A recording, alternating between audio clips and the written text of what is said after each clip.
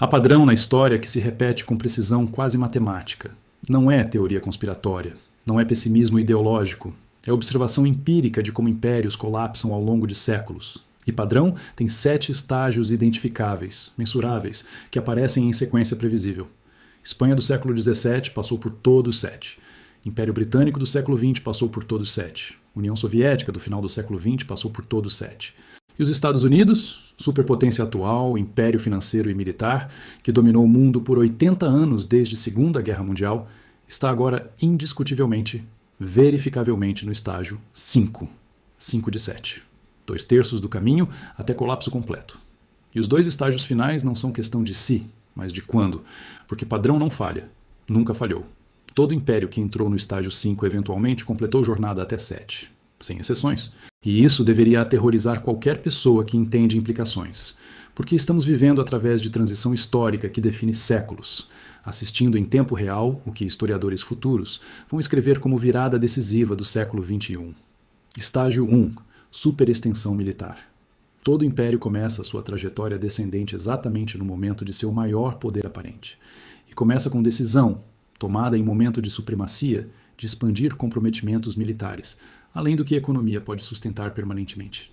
É tentação irresistível de hegemonia. Você venceu a última guerra. Você domina militarmente. Inimigos foram derrotados. E parece lógico, até prudente, estabelecer bases, firmar alianças, garantir acesso a recursos, prevenir surgimento de novos rivais. Cada decisão individual faz sentido. Mas agregado cria fardo insustentável. Espanha do século XVI controlava metade do mundo conhecido. Prata fluía dos Andes, ouro das Américas. Territórios na Europa, Américas, Ásia através das Filipinas. Era império global verdadeiro. Mas manter exércitos em Flandres combatendo protestantes, frotas no Mediterrâneo combatendo otomanos, guarnições nas Américas suprimindo rebeliões, tudo simultaneamente, custava mais que toda a prata de Potosí e Zacatecas podia financiar. O tesouro espanhol estava cronicamente vazio, apesar de riquezas, fluindo de colônias, porque custo de manter império excedia valor extraído dele. Era déficit operacional permanente. Grã-Bretanha, no auge, governava 1/4 da superfície terrestre do planeta. O sol nunca se punha no Império Britânico porque sempre era dia em algum território sob controle de Londres. Índia, África, Caribe, Oriente Médio, Austrália, Canadá. Mas manter essa vastidão requeria marinha gigante, guarnições em todos os continentes, administradores coloniais, infraestrutura de comunicação e transporte e disposição de lutar guerras para suprimir desafios. O custo era enorme, crescente e eventualmente insustentável. 2 guerras mundiais aceleraram, mas superextensão já existia décadas antes. A União Soviética mantinha controle sobre 15 repúblicas. Europa Oriental, através de Pacto de Varsóvia, apoiava movimentos comunistas globalmente e competia militarmente com Estados Unidos em todos os continentes. Estimativas sugerem que 15 a 20% do PIB soviético ia para gastos militares. Em comparação, Estados Unidos no auge da Guerra Fria gastava 5 a 7%. Essa diferença era parte de por que a economia soviética estagnou. Capital e trabalho dedicados a tanques e mísseis não produzem bens de consumo ou inovação que melhora padrões de vida. É alocação improdutiva em escala nacional. E Estados Unidos? 800 bases militares em mais de 70 países. 50 mil tropas na Alemanha 79 anos após a Segunda Guerra Mundial. 30 mil na Coreia do Sul 71 anos após a Guerra da Coreia. Dezenas de milhares no Japão. Presença no Oriente Médio após Iraque e Afeganistão. Frotas de porta-aviões patrulhando todos os oceanos. Comprometimentos de defesa com OTAN, Japão, Coreia do Sul, Israel, dezenas de outros. Orçamento de defesa excedendo 800 bilhões de dólares anuais, mais que próximos 10 países combinados. E para quê? Qual é o retorno econômico líquido de base americana em Ramstein, Alemanha? Ou em Okinawa, Japão? Argumenta-se que mantém ordem global que permite comércio. Verdade. Mas ordem global agora beneficia principalmente China, que usa rotas marítimas protegidas por marinha americana para exportar trilhões em produtos, enquanto contribui 0 para custo de manter segurança. Estados Unidos pagam para proteger sistema que enriquece seus competidores. É subsídio massivo ao resto do mundo. E custo. Não é apenas orçamento oficial de defesa. Adiciona custos de veteranos, trilhões gastos em guerras no Iraque e Afeganistão, juros sobre dívida contraída para financiar essas guerras. Custo real, total, all-in de comprometimentos militares americanos é 1,5 trilhão anualmente, cerca de 6% do PIB. Menos que soviéticos no pico, mas significativamente mais que qualquer outro país. E, crucialmente, mais do que crescimento econômico real suporta sustentavelmente. Isso é estágio 1. E sozinho não é fatal. Impérios podem sustentar superextensão se a economia cresce rápido o suficiente para financiar. Mas cria pressão fiscal severa que leva inexoravelmente ao estágio 2. Estágio 2. Depreciação de moeda.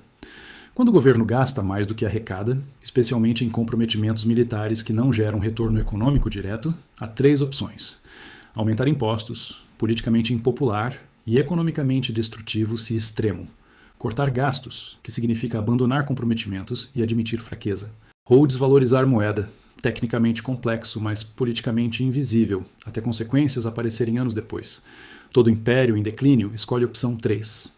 Espanha começou com moedas de prata pura das minas americanas, mas à medida que guerras drenavam tesouro, começaram a misturar cobre. Primeiro um pouco, depois mais.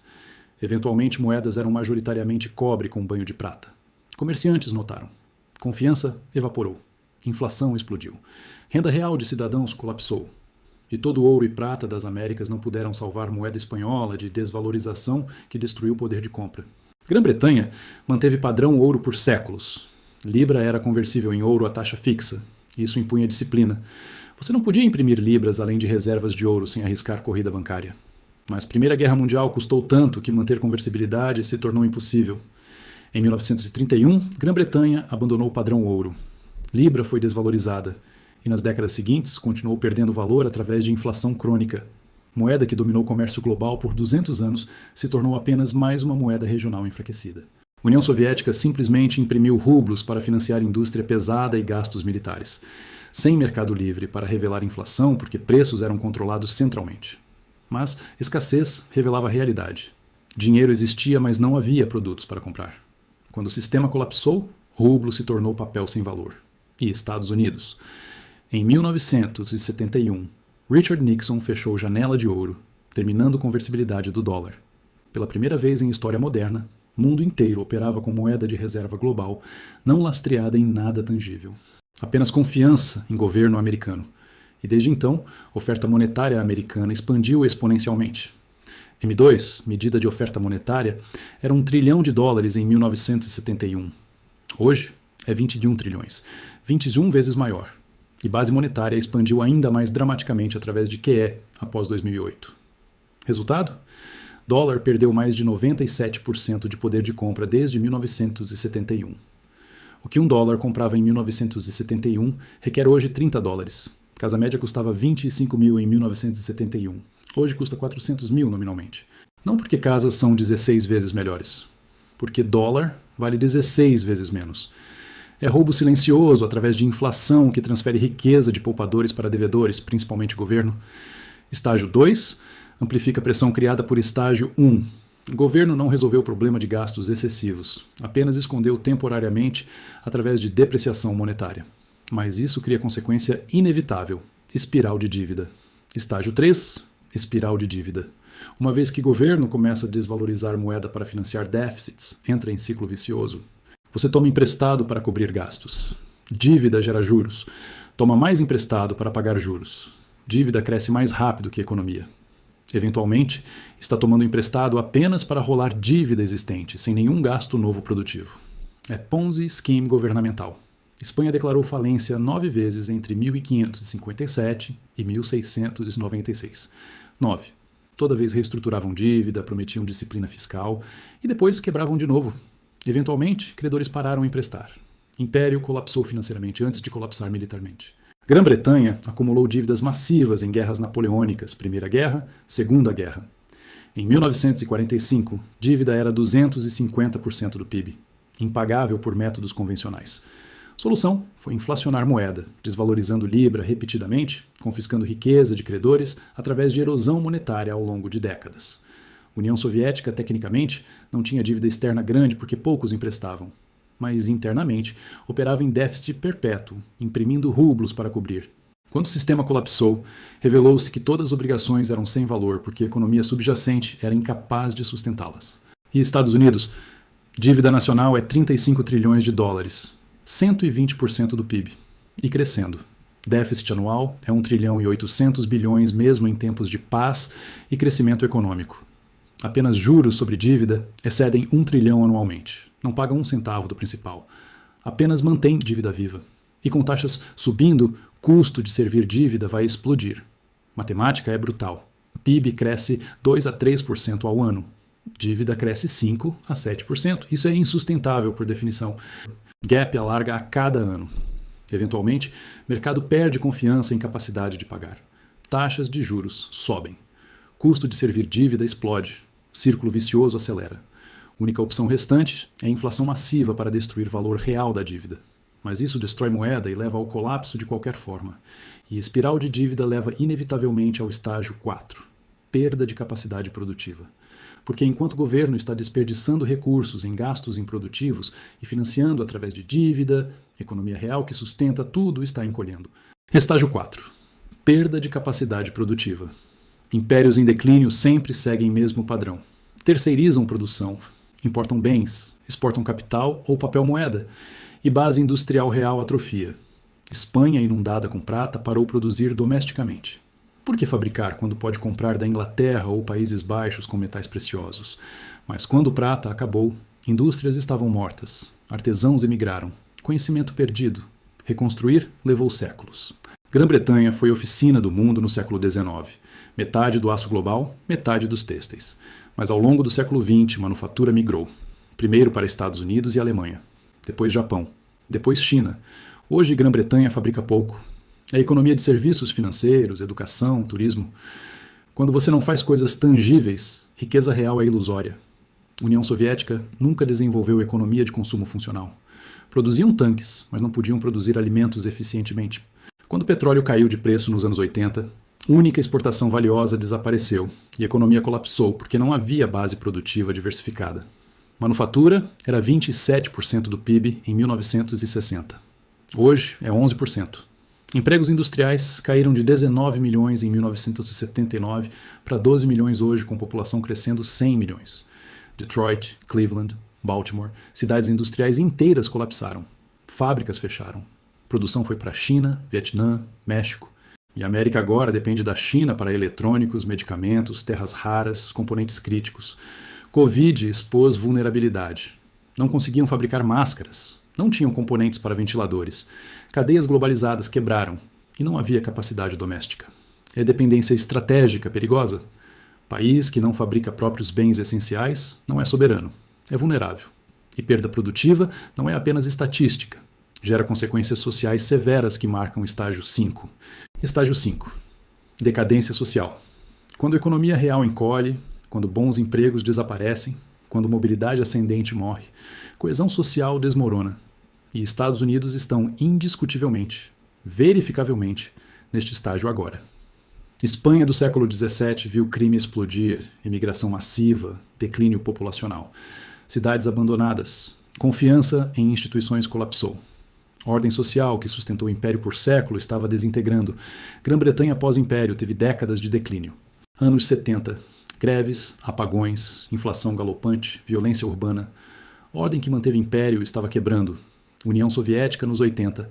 Alcoolismo em massa, expectativa de vida caindo, cinismo total, crime organizado. Ninguém acreditava em sistema. Funcionava por inércia, mas confiança evaporou. E Estados Unidos agora? Overdoses de drogas, 110 mil mortes anuais. Suicídios em máxima histórica. Expectativa de vida caiu 3 anos consecutivos recentemente. Fenômeno que não acontece em países desenvolvidos, exceto em guerra ou pandemia. Polarização política. Metade do país vê outra metade como inimigos existenciais. Confiança em Congresso abaixo de 20%. Confiança em mídia abaixo de 30%. Confiança em sistema de justiça caindo. E Estados Unidos? Sem teto em cidades como São Francisco, Los Angeles, Seattle, em números que parecem países em desenvolvimento. Violência armada matando mais americanos anualmente que todas as guerras recentes combinadas, divisão racial, econômica, política mais profunda que qualquer momento desde anos 60. Jovens sem esperança de replicar padrões de vida de paz, casa própria inatingível. Educação cara gerando dívida sem garantia de emprego. Mobilidade ascendente, promessa central do sonho americano, morta para a maioria. E quando a população perde fé em futuro, em instituições, em sistema, sociedade fragmenta, isso não é declínio abstrato. É desintegração social em tempo real. E acontece precisamente porque estágios anteriores destruíram fundação econômica. Sem bons empregos, sem futuro, instituições são vistas como falhas ou corruptas, coesão evapora. 5 de 7 estágios completos. E próximos 2 são matematicamente quase inevitáveis se tendências continuarem. Estágio 6. Perda de status de moeda de reserva. E isso ainda não aconteceu para dólar, mas sinais estão emergindo. Por 70 anos, dólar foi moeda dominante global. Petróleo vendido em dólares, commodities cotadas em dólares, reservas mantidas em dólares. Isso deu aos Estados Unidos privilégio exorbitante: imprimir papel que o mundo aceita. Mas privilégio está sendo questionado. China e Rússia comerciam em moedas locais. BRICS criam mecanismos de pagamento alternativos. The Unit com lastro em ouro. Arábia Saudita aceita yuan por petróleo. Cada desvio reduz necessidade de dólares. Quando o status de reserva vai? Ninguém sabe. Mas o processo começou. A participação do dólar em reservas globais caiu de 70% para 58%. Não é colapso, mas é erosão constante. E quando atinge massa crítica, pode acelerar rapidamente porque moeda de reserva depende de confiança. Confiança é frágil. Grã-Bretanha perdeu o status da Libra ao longo de 3 décadas de desvalorizações e crises. Estados Unidos em mesmo caminho. E quando o status de reserva vai, capacidade de financiar déficits desaparece. Quem vai comprar dívida americana se dólar não é necessário para comércio global? A taxas muito mais altas ou não compram. Espiral de dívida torna-se insustentável. Inflação explode. E isso leva ao estágio 7. Estágio 7. Colapso. Império perde status de superpotência. Ordem política e econômica é reestruturada fundamentalmente. Não significa país desaparece. Espanha existe. Grã-Bretanha existe. Rússia existe. Mas não são impérios. Não controlam o sistema global. Poder passou para outro lugar. Para Estados Unidos, provavelmente não é invasão militar. É retirada forçada de bases globais porque não podem ser financiadas. Inadimplência parcial ou inflação massiva destruindo dívida. Possível fragmentação interna com estados questionando a autoridade federal. Perda de capacidade de projetar poder. Potências regionais preenchendo vácuo. Timing é incerto. Pode ser 5 anos, pode ser 20. História não dá cronogramas precisos. Mas direção é clara. Todos os 7 estágios que destruíram impérios anteriores estão operando agora em Estados Unidos. 5 completos. 2 finais matematicamente prováveis, a menos que mudanças estruturais radicais aconteçam. E mudanças radicais exigem admitir realidade, cortar dramaticamente comprometimentos militares globais. Disciplina fiscal que nenhum político quer impor. Reindustrialização massiva levando décadas. Restaurar confiança em instituições desacreditadas. Sacrifício compartilhado em sociedade fragmentada demais para concordar em qualquer coisa. Probabilidade?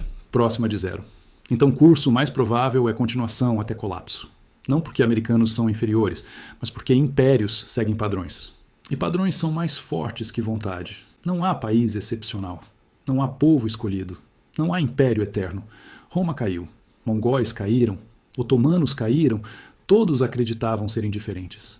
E todos seguiram o mesmo padrão de superextensão, depreciação, dívida, perda produtiva, decadência social, perda de moeda de reserva e colapso.